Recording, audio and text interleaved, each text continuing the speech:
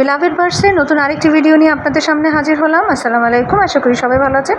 গত ভিডিওতে পাখির যে হ্যাচ হওয়া, ডিম থেকে বাচ্চা হওয়া দেখিয়েছিলাম। আজকে খাঁচা পরিষ্কারের কথাগুলো বলবো। যে প্রথম পয়েন্টটি যেটা হচ্ছে, একটু খেয়াল করতে হবে নতুন পাখি পালকদের। তারপরে ময়লাগুলো বেশি হয়ে গেলে সবচেয়ে শেষে বাচ্চাগুলো যেটা হচ্ছে সেটা ময়লাগুলো থেকে মরে যেতে পারে অনেক সময়। তো আমি পয়েন্টগুলোকে লিখে দিয়েছি, আপনারা ভালো করে পয়েন্টগুলো লক্ষ্য করলে দেখবেন পয়েন্টগুলো আপনাদের সামনে আসছে। এবং বাচ্চা পালনে যে কাজগুলো করতে হবে সেটা সুন্দর করে এখানে আমি লিখে দিয়েছি, যাতে আপনাদের দেখতে এবং শুনতে সুবিধা হয়। তো বাচ্চা দেখা যায় যে আমি যেটা করতাম, যে সবসময় একটু খেয়াল করতাম যে বাচ্চাগুলো ঠিক আছে কি না, বাচ্চাগুলো কষ্ট হচ্ছে কি না বাচ্চাগুলোর। তো দেখা গিয়েছে যে তারপরও হয়তো বা চেষ্টা করেও পারিনি। কিছু বাচ্চা আমার রয়ে গিয়েছিল, কিছু বাচ্চা আসলে মারা গিয়েছিল, সেটা অবশ্যই শেয়ার করবো পরবর্তীতে আপনাদের সাথে। এই তো মা পাখিটা সুন্দর বাচ্চাগুলোকে খাওয়াচ্ছে।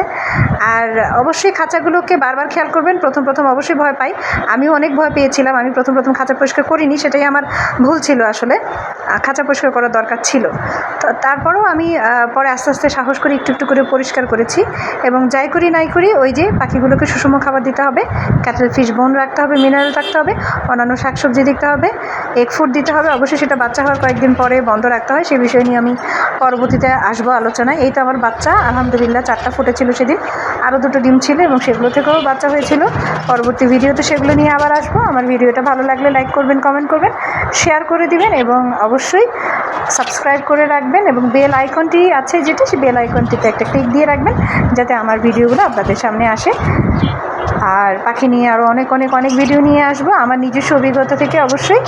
এবং যারা নতুন পাখি পালি আমরা সবাই এই জিনিসটা মনে রাখবো যে প্রথম একটু সাহস নিয়ে আমাদেরকে খাঁচা সাবধানে পরিষ্কার করতেই হবে, না হলে কিন্তু পাখিগুলো মারা যেতে পারে। আজকে এইটুকুই, নেক্সট ভিডিও আবার আসবো। আল্লাহ হাফিজ।